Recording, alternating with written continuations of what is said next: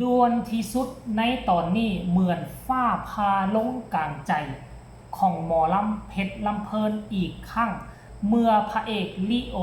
ประกาศยุติบทบาทอีกคนหนึ่งตามหลายๆคนไปจ้อยวับสบายดี FC แฟนคลับแฟนหมอลำทั้งหลายโดยเฉพาะ FC แฟนคลับของ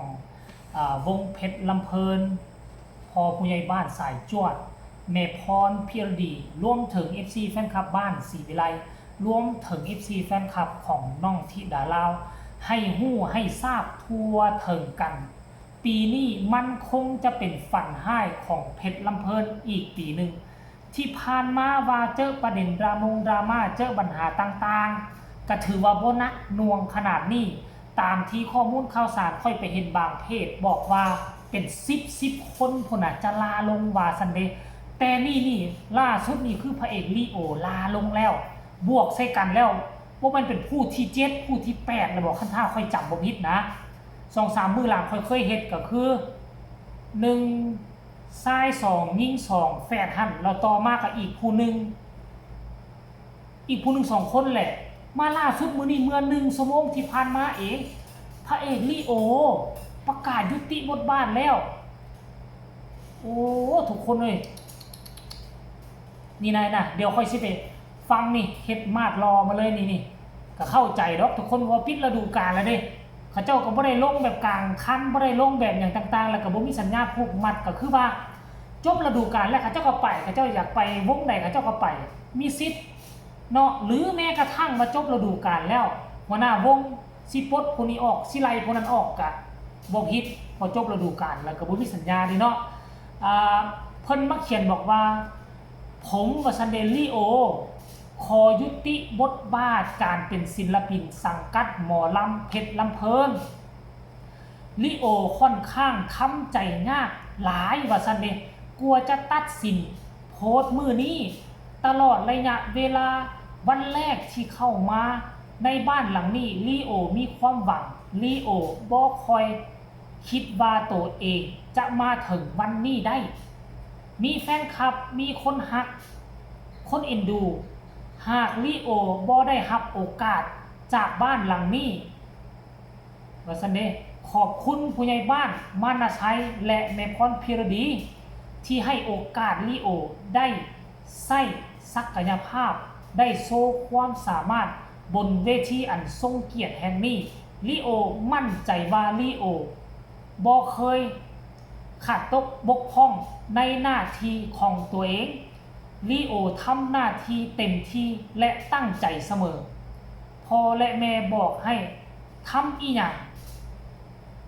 ลีโอทำหมดว่าซั่นเด้เพราะมันคือโอกาสที่พ่อและแม่มอบให้ลีโอ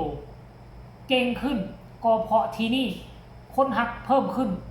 มากขึ้นก็เพราะที่นี่ว่าซั่นเด้ถ้าค่อยเดาบ่ผิดอันพระเอกผู้ที่ชื่อลีโอบ่แม่นคนที่เคยไปอยู่วงใหญ่วงหนึ่งบอกไปอยู่ได้6-7 เดือนแล้วก็เขาเจ้าก็บ่ต่อให้เนาะแล้วก็เลยมาอยู่วงนี้แม่นบ่ล่ะถ้าจำผิดต้องขออภัยเด้อทุกคนเดี๋ยวสิขออ่านต่อกันมันยาวเกินนะ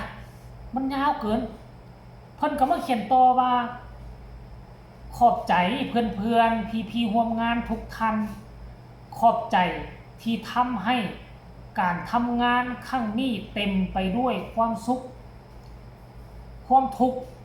เฮาต่างร่วมกันทำกันมาขอบใจที่ให้ประสบการณ์ดีๆซึ่งกันและกันทุกคนทำให้การทำงานของลีโอนั้นมีความสุขจริงๆขอบใจแม่ๆแฟนๆครับทุกท่านที่ให้โอกาสให้ความรักความเมตตาและเข้าใจซึ่งกันและกันมาเสมอครับว่าซั่นเด้จากครั้งนี้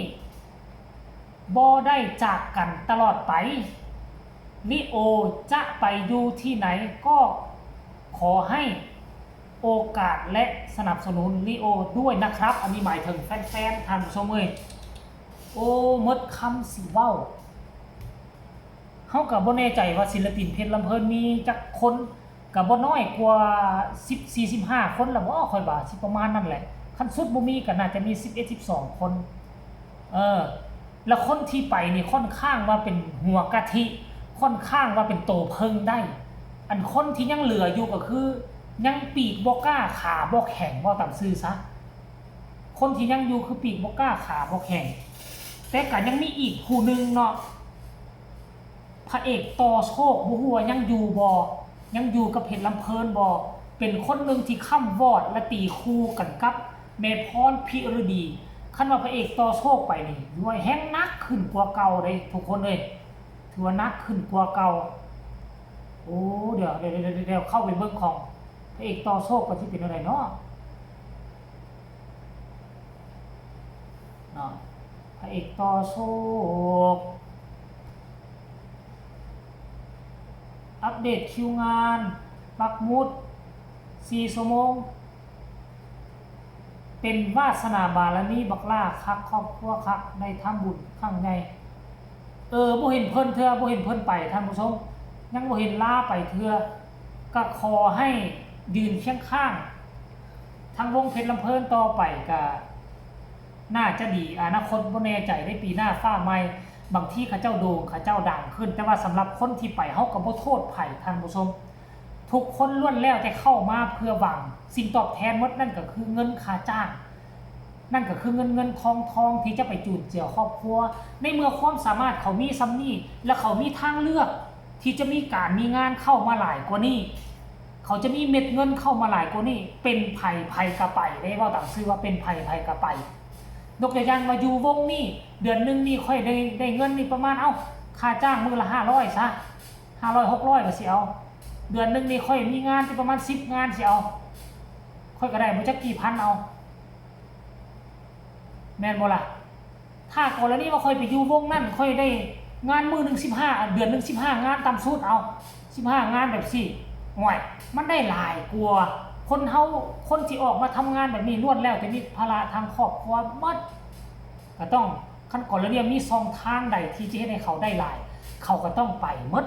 สู่ผู้สู่คนนอกจากจะว่าคนที่จะฮักหอมกันเป็นอ้ายเป็นน้องอีหลี